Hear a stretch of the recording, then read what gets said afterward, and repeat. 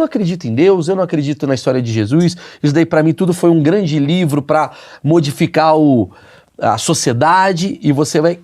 Como é que fica essa questão do tipo, o que é certo, o que é errado? Eu vou dar uma cena muito fácil que eu tava com a minha esposa, eu tava na Tailândia com a minha esposa, Rodrigo, pô, puta lugar legal, incrível, uma praia maravilhosa. Lá ainda, já falaram. Incrível. Aí chegou um árabe, né, com a sua roupa na praia, aquela roupa pesada, e suas duas mulheres de burca. Minha esposa, do mar, olhou pra mim e falou, a primeira coisa que ela falou assim, tadinha dessas mulheres. Eu falei, sabe o que ela tá pensando de você? Prostituta.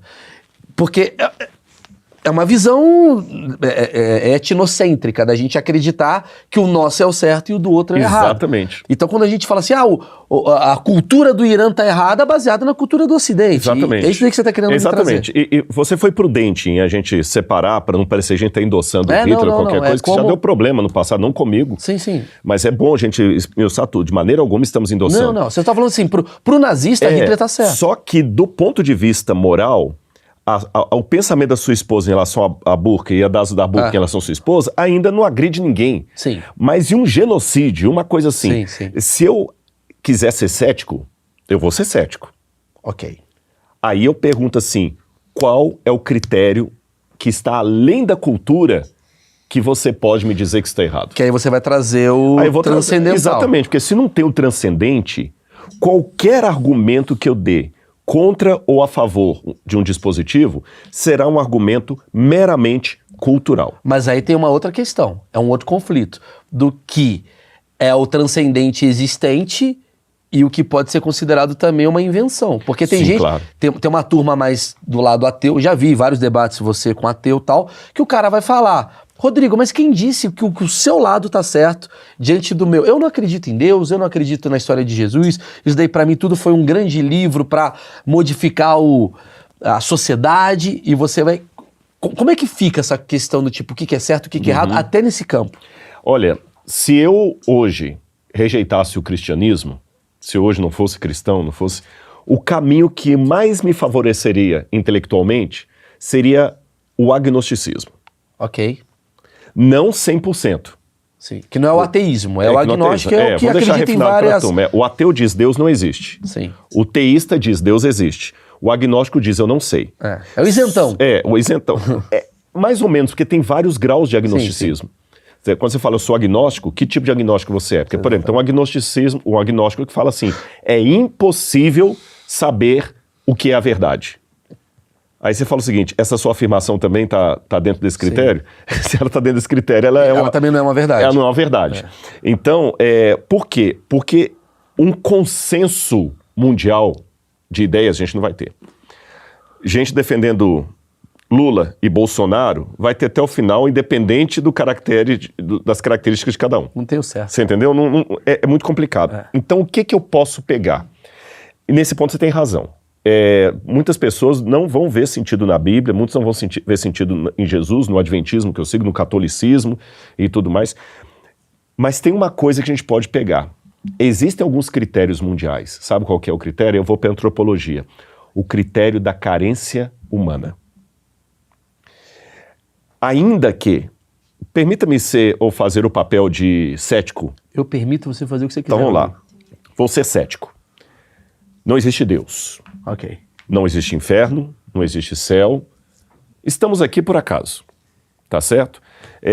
Eu não fui formado por nenhuma vontade sobrenatural, eu sou apenas o resultado de uma loteria bem aleatória que deu certo, que meu pai transou com a minha mãe naquele mesmo dia, naquele mesmo horário, naquele mesmo segundo, e eu fui o óvulo que foi fecundado e podia ser outro. Eu sou aqui tão acidental como a formiga que está passando ali na parede. Estou aqui porque não tem nenhum projeto de vida, não tem nenhum propósito. Então eu vou gastando a minha vida aqui até morrer. E como Banal. Dizia Fernando Pessoa, o que é o ser humano senão cadáver adiado que procria? Sim. Esperando a sua morte. Tivemos recentemente a morte do Silvio Santos. O pessoal já está há algum tempo ainda comentando sobre isso. Silvio Santos fez um grande império, deixou saudade... admirei demais o trabalho dele. Acho que não tem ninguém falando mal de Silvio Santos, né? Entra no Twitter. Sempre vai ter, né? Vai ter. Mas pelo menos assim, eu tenho admiração pelo que ele fez. Também é absurdo. Só que morreu, acabou.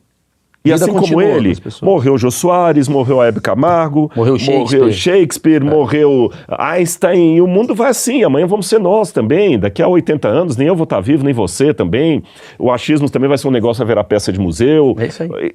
E é só isso, acabou a vida. Se é assim a vida, então vamos ser hedonistas, vamos beber e comer e fazer sexo, porque a vida é disso mesmo, é prazer e acabou, e daqui a pouquinho eu vou morrer. E vamos aproveitar antes que a velhice chegue e você possa se arrepender dos beijos que você não deu, das meninas que você não azarou, desculpa a linguagem machista, mas é assim que muita gente fala, né? Das viagens que você não realizou. Fica tranquilo, somos todos machistas. Somos. E somos mesmos. Das bebidas que você não experimentou, aproveita a vida, né? Tá, só que tem uma coisa que não fecha a conta aqui. É que todos nós, se estamos em sã consciência, gostaríamos que a realidade fosse outra. Todos nós gostaríamos que a realidade fosse outra. Se a gente é hedonista nesse ponto, tem um lado que a gente fala, por que eu tô fazendo isso? Tanto é que a maioria dos hedonistas É vazio. é vazio. A prova que eles são vazios é que ele não consegue ser hedonista sozinho. Quando o sexo... Porque pensa, não, se eu azarar a mulherada toda, vou falar em linguagem bem escrota, que essa é a linguagem que o pessoal fala. Se eu azarar as mulherada toda, pegar as mais bonitas, eu vou estar feliz. Aí ele azara uma, daqui a pouquinho, ele já não está aguentando mais, ele olha para a mulher mais bonita, porque eu sei, eu não vou dar nome por questão ética, eu sei porque já teve gente famosa que numa conversa aberta falou comigo assim, Rodrigo, eu cheguei ao ponto, antes de encontrar Deus, que eu ficava no hotel com duas mulheres assim, perfeitas, que não tinha defeito, da unha do pé ao fio do cabelo. Parece que a mulher era um Photoshop andando. Eu acordei com duas na cama, que eu tinha transado com elas a noite toda. E vazio. E Esse cara sou eu. Eu falei com ele. Verdade. Pronto, vamos lá. Foi Você o passado entendeu? do Maurício isso aí. O que eu sou? Sabe, minha vontade era mandar as duas embora. Eu podia pedir a comida mais cara, eu estava num hotel de luxo. Se o hedonismo preenchesse mesmo, sabe, o Elvis não se sentia tão frustrado. Tem várias histórias. Várias. Então, o que é essa vontade insistente e chata que passa por cima de qualquer valor experimental? Veja bem, eu não estou falando de alguém que está se sentindo culpado porque a igreja diz que aquilo é pecado. Eu não estou falando disso. Eu estou falando com alguém que ele está tendo tudo que ele quer. E não acredita nisso. E não acredita nisso. Logo ele não sente culpa. Ele não sente culpa. Mas ele está vazio. Ele está vazio. E a prova maior que alguns falam, não, eu estou bem resolvido. Não, não está bem resolvido. A prova que não está bem resolvida é que ele precisa estar alto. Ou com bebida ou com droga. Sim. Ele não consegue ficar lúcido. Vou lembrar qual filósofo, daqui a pouquinho vem nossa, gente. É que ele falava assim, a realidade, ela magoa. A realidade dói. Por isso que Por isso que a gente precisa da bebida, da coisa, porque ficar sóbrio... Wittgenstein fala, a sobriedade machuca. é dolorida, Muito. né? A sobriedade machuca. E eu até confesso para vocês, se eu não tivesse os valores que eu tenho de céu, não estou falando as leis religiosas, é diferente. Ok. Eu não bebo porque é pecado, eu não fico alto, não é porque é pecado, senão eu vou pro inferno, não. Eu não fico alto porque eu tenho algo a esperar, mas se a vida fosse só essa aqui, cara... Eu, Rodrigo, tô avisando pra vocês aqui de coração. Eu seria o maior fumador de maconha e bebedor de tudo enquanto é coisa, porque eu não ia querer ficar sóbrio. Porque a sobriedade é um saco. Então você tá me falando... Eu vou morrer. Calma, Rodrigo, você tá me falando um negócio que é muito, muito legal. Tá indo pra outro caminho que eu acho muito mais legal até do que eu trouxe. Que é o seguinte, a gente tá vivendo hoje, ainda mais eu que tenho uma crise da meia-idade de 40 anos de idade, que é aquela coisa do tipo... Tá, de um lado tá aqui os prazeres carnais, a vontade de você viver no mundo hedonista e tal, e desse lado, você tá me falando que assim, tem quase o mesmo efeito dessa droga. Tem a droga que você vai usar maconha, vai beber, vai ficar muito louco, porque a sobriedade é chata. E aí você tá querendo me dizer de alguma maneira, eu queria entender como, que a palavra, o propósito religioso, ele tem o mesmo significado para a alma do que talvez isso aqui, só que de uma forma positiva. E como que você busca? Porque eu sei que se eu for no morro agora, eu consigo cocaína, bebida e o caramba, eu consigo me preencher desse vazio que é a sobriedade. Como? Porque tem muita gente que pode estar assistindo e falando assim, eu não confio no que ele está falando, eu acho que papinho de igreja, bababá, esse cara quer me converter. Como que isso pega uma pessoa? Porque uma coisa é, a minha mãe morreu Deus falou comigo, eu vivi um milagre, parece que o milagre ele aparece na vida das pessoas. E se eu quiser buscar? E se eu quiser buscar Deus, o que eu preciso fazer? Boa pergunta, e eu vou responder, mas eu quero pincelar uma frase que você colocou aí pra chocar todo mundo agora. Pô, esse cara quer me converter? Quero. Sabe por que eu quero te converter? Não é porque eu sou um crente chato, não é porque eu te amo. Mas é a palavra de crente chato isso daí que você fez. Sei. Isso é verdade. Mas a palavra de crente chato é a mesma palavra do cara da academia quando você tá gordo. Tá. É a mesma palavra do nutricionista quando você tá diabético. Não, é verdade. O médico. É a mesma palavra do instrutor. Da mãe. Da mãe. É, sim. As coisas boas nesse mundo são chatas. Uhum. Quando o cara tá lá assim, mano, vamos lá, vamos malhar, acordar 5 horas da manhã, não tô afim, vamos malhar. Mas é a prova de amor. Eu concordo com você. Irmão, sai dessa cama, vai caralho, vai. Eu tô querendo... Claro, o que é chato, que eu concordo com você, é quando o crente não fala isso com amor, ele fala com julgamento. Aí eu te dou. Aí você vai brilhar. Você tá entendendo? Olha, eu que estou no céu, eu que sou iluminado. Ponderado e tudo mais, vou te passar. E principalmente, lembra que eu falei da questão da magia usada para entretenimento e a magia usada para...